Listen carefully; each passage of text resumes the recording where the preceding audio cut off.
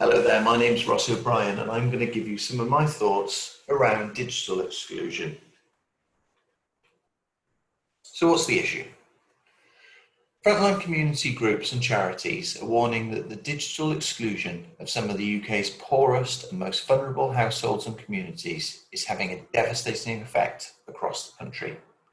1.9 million households have no access to the internet, and 25.9 million are more reliant on pay-as-you-go services to make phone calls or access healthcare, education and benefits online. Pay-as-you-go customers without the means to buy data are finding themselves shut in their homes, facing social isolation with no means of communicating with the outside world. Whilst the UK's major internet providers have agreed to remove data caps on fixed line broadband during the coronavirus pandemic, this does not apply to households with no internet data or pay-as-you-go customers, who make up over a quarter of all mobile phone subscriptions in the UK. So, what are the common barriers to digital inclusion? These include access. Not everyone has the ability to connect to the internet and go online. Skills. Not everyone has the ability to use the internet and online services. Confidence. Some people fear online crime, lack trust, or don't know where to start online. And motivation. Not everyone sees why using the internet could or should be relevant and helpful. These are some of the groups that are most commonly digitally excluded. They include older people, people on lower income, people without a job or who've recently lost their job, people in social housing, people with disabilities, people with fewer educational qualifications, people living out in the countryside or in rural areas where the connectivity is poor, homeless people, and people whose first language is not English. This is an infographic from the Good Things Foundation that sets out some of those facts and figures. It helps you see what the barriers are, who the non-users are, how to overcome the barriers in terms of access, skills and motivation, and then some of the numbers of people using the internet either on their home connection or via their mobile phone. So, what are the barriers that are specific to mental health services? Some services are saying that in order to access, they need to see the patients, and therefore a video conference call would be necessary. Some trusts are stipulating that people use particular or an unfamiliar video platform.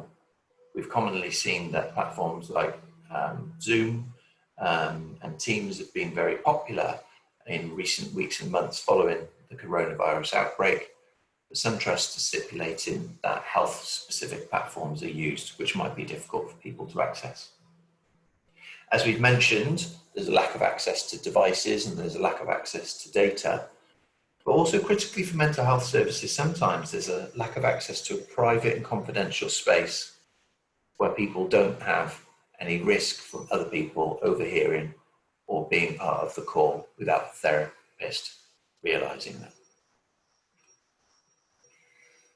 So finally, where are we in potential solutions?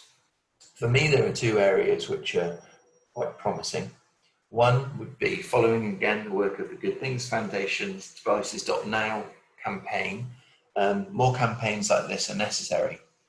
This campaign asks for money to help buy tablets and laptops, as well as connectivity in the form of SIMs, dongles, and mobile hotspots for the most vulnerable. The financial premise behind the distribution of the devices and data is similar to the IAPT, or the Talking Therapies in the UK funding principles.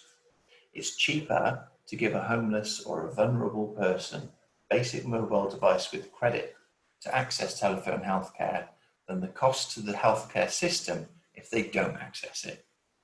There is a caveat here that some of these similar schemes have seen the devices after being handed out going missing or being sold in a matter of days. So there's something that we need to think about there. The second possible solution is thinking about ensuring that analog as well as digital pathways still exist. So where possible, considering a free phone or a local rate phone number in order that people can access therapy in that way and don't have to use video. Having a risk assessment in place so that people can work safely from their clinics or healthcare spaces so they can have a skeleton face-to-face service. And also encouraging the use of peer support groups. So where people aren't able to access the services or when people are waiting, that they can still get information via that methodology. Thanks for listening today.